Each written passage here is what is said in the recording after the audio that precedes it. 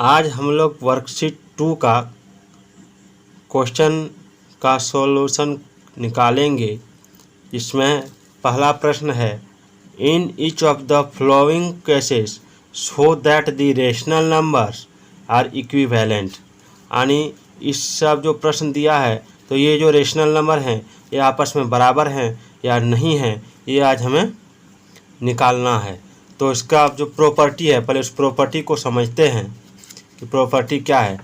तो देखिए यहाँ लिखा है,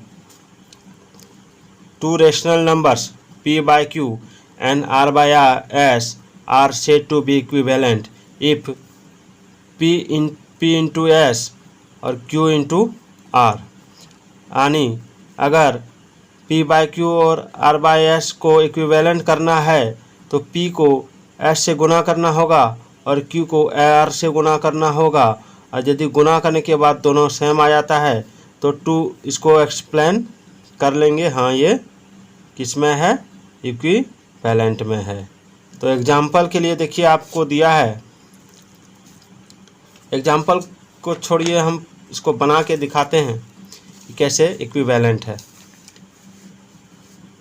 तो बाय प्रॉपर्टी 1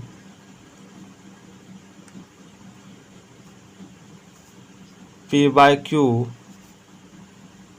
बराबर r by s if p into s बराबर r into q। यानी p by q बराबर r by s है। यदि p को s से गुना करते हैं और q को r से गुना करते हैं तो अगर गुना करने के बाद दोनों बराबर आता है तो ये आपस में बराबर होंगे। तो 4/9 है और 44/99 है। तो इसको देखते हैं, प्रश्न यही है, मिला लेते हैं। हाँ प्रश्न सही है। तो इसको इसी पर रख कर बनाते हैं, 4/9 4 into 99 इक्वल टू 44 into 9। तो 9 चौक 36, 9 4 जा 36, 9 4 जा 36 और 3 396। इसमें भी वही आ जा रहा है। तो हाँ ये भी बराबर हो गया और ये भी बराबर हो गया। तो ये प्रॉपर्टी मिल जाता है, सिद्ध हो जाता है, इसलिए आपस में इक्विवेलेंट हो जाएगा। क्या हो जाएगा? इक्विवेलेंट। सो लिख सकते हैं, हैंस these आर इक्विवेलेंट। समझ में आ गया? नेक्स्ट उसी तरह बनेगा। इसमें 7 into 3 कर देंगे और 7 into 15 कर देंगे इक्वल टू 30 बाय, यहाँ पर माइनस है माइनस दे देंगे, 30 बाय इंटू 3 कर देंगे, मल्टीप्लाई करेंगे तो इसमें -105 आ रहा है और इसमें 105 आ रहा है। तो क्वेश्चन एक बार देख लीजिए, यहाँ पर -3 है, हम यहाँ पर -3 देते हैं, इसको गुना करते हैं तो दोनों में -105 और 105 आ जा रहा है, तो ये सही हो जाएगा। सो क्या लिखेंगे? Hence these are equivalent. अब है -3/5 एंड -12/20। बस उसी प्रॉपर्टी को लागू करेंगे, -3 into 20 इक्वल टू -12 into 5, गुना करने पर -60 -60। तो इसमें भी वही लिखेंगे, hence these are equivalent.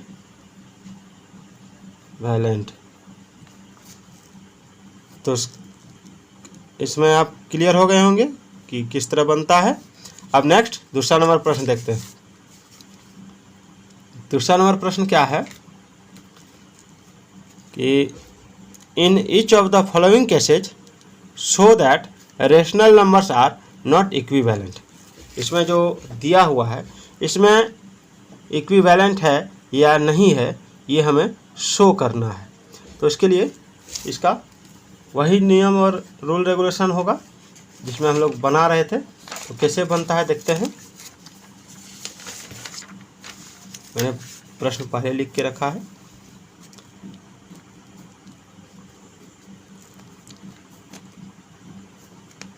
Four into 27 equal to 16 into 9 गुना करेंगे। 7 4 जा 28, 4 2 जा 8 और 2 108 हो गया और 69 जा 144। तो ये आपस में इक्वल नहीं हो रहे, लिखेंगे hence these are not equivalent.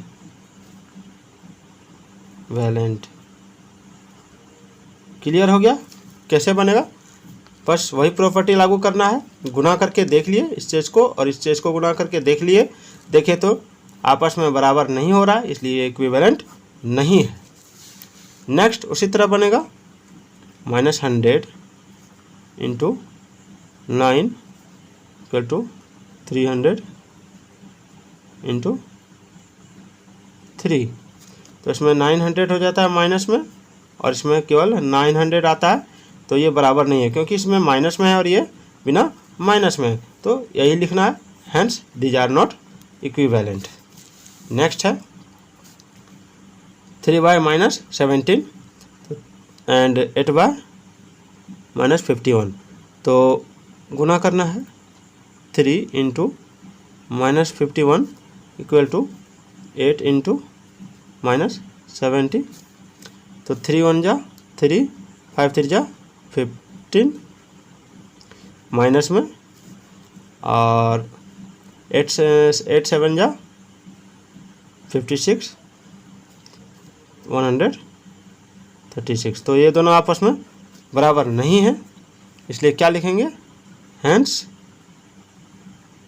These are not equivalent. I hope कि आपको समझ में आ रहा होगा। अगर आ रहा है तो मेरे चैनल को लाइक और सब्सक्राइब जरूर कीजिएगा ताकि हर अपडेट आपको मिल सके। अगला प्रश्न है write 3 rational numbers equivalent to each of the following. तो इसका 3 ऐसा रेशनल नंबर लिखना है जो इसके बराबर होना चाहिए, काटने पर बराबर हो। तो आइए समझते हैं इसको। तो 4/7 है। जब 4/7 है तो क्या करेंगे, तो 4/7 को सेम नंबर से मल्टीप्लाई करेंगे तो कितना आ जाएगा, 4 2 जा 8, 7 2 जा 14। तो लिख देंगे by multiplying numerator and denominator with same number, same non-zero number। तो नॉन जीरो नंबर तो 2 ले लिए हैं, इसको बार बार लिखने की ज़रूरत नहीं है। तो 4 इंटू 2 7 इंटू 2। तो इसमें 2 से इसको गुना किए तो इतना आया, इससे इसको गुना किए तो इतना आया। अब फिर इसको 4/7 इंटू 3 करेंगे तो 4 3 जा 12, 7 3 जा 21, ये आ गया। इसको यहीं बना देते हैं। फिर 4/7 करेंगे इंटू 4 करेंगे तो 4 4 जा 16 एंड 7 4 जा 28। तो क्या क्या हो गया, 8/14, 12/21, 16/28। ये इसका आंसर आ गया। इसमें भी देख रहे हैं कि ये बड़ी संख्या है तो इसको सेम नंबर से डिवाइड यदि करते हैं, इसमें डिवाइड करना होगा क्योंकि ये बड़ी संख्या है, सेम नंबर से डिवाइड कर रहे हैं तो 18 आ गया, इसमें 54 आ गया। फिर 18/54 को सेम नंबर से डिवाइड करके देखते हैं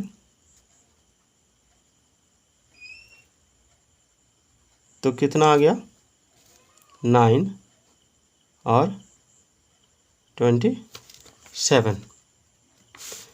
या फिर इसको 36/108 को 3 से डिवाइड करके देखेंगे तो इसमें आ जाएगा 12, इसमें आ जाएगा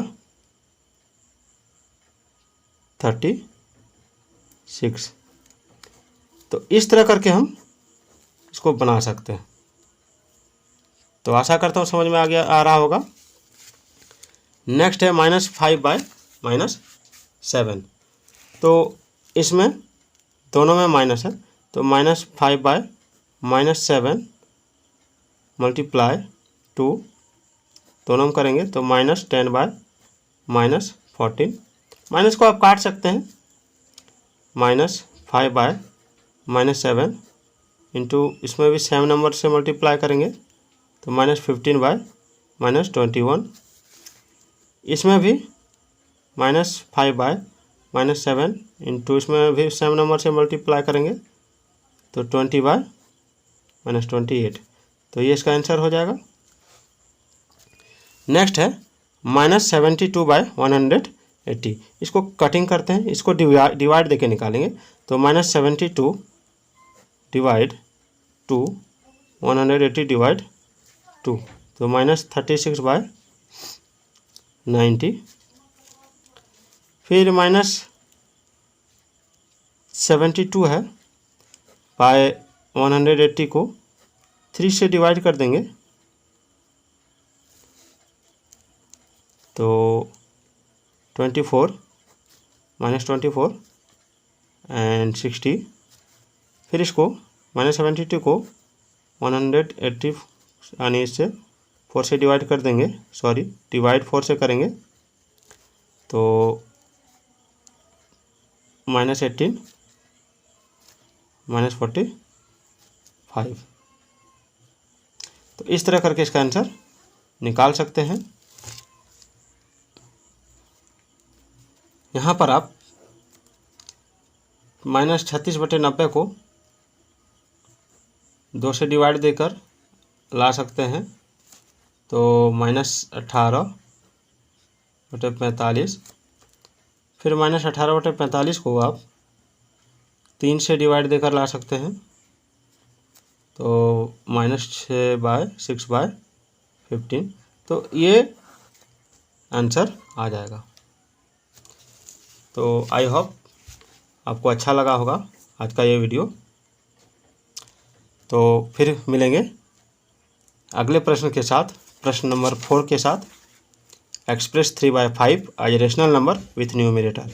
तो चलिए आज के लिए इतना ही, विदा लेते हैं आपसे। जय हिंद, जय भारत।